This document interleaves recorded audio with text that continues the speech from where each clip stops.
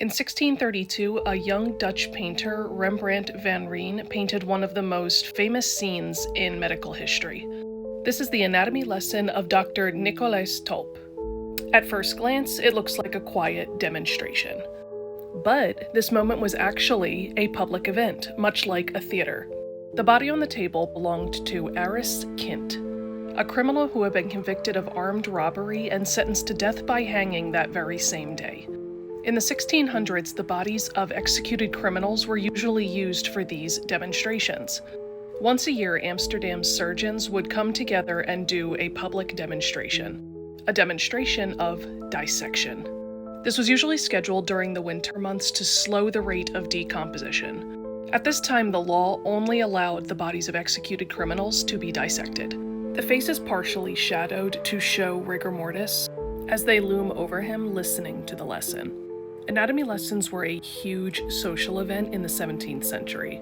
They were performed in theater rooms set up like this, or like this, with students, colleagues, and the general public was able to attend by paying an entrance fee. Every 5 to 10 years, the Surgeons Guild would commission a portrait, and they would pick a leading artist of that period. Rembrandt was commissioned for this task at just 25 years old. At the center stands the surgeon Nicolaes Tulp, calmly demonstrating how the tendons of the arms work. He lifts the forceps while mimicking with his other hand the movement of the fingers, showing exactly how the muscles control the body. Some scholars believe that the arm that's being dissected is slightly anatomically incorrect, so this may have been visual drama over medical accuracy, as Rembrandt was not a physician. But they got the idea. This gesture shows that knowledge comes from the body and not just from medical texts.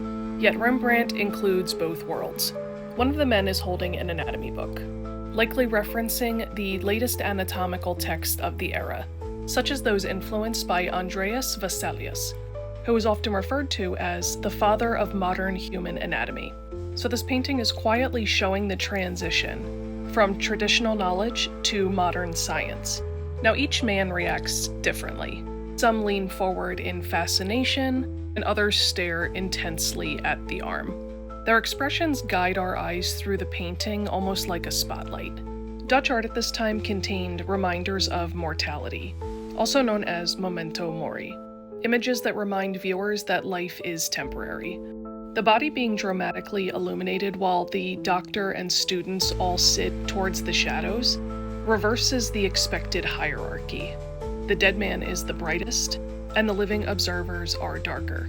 This can be interpreted as everybody in this room will share the same fate. Now, because the bodies of executed criminals were the ones used for these studies, the body represents something deeper than anatomy. It represents state's power over the body. It sends the message that crime leads only to death, but also public examination and humiliation, reinforcing the moral and legal order of society. This painting blurs the lines between science, education, and spectacle, and a reminder of the thin line between life and death. So this wasn't just a medical lesson. This was Rembrandt turning this into one of the most dramatic scenes in art history.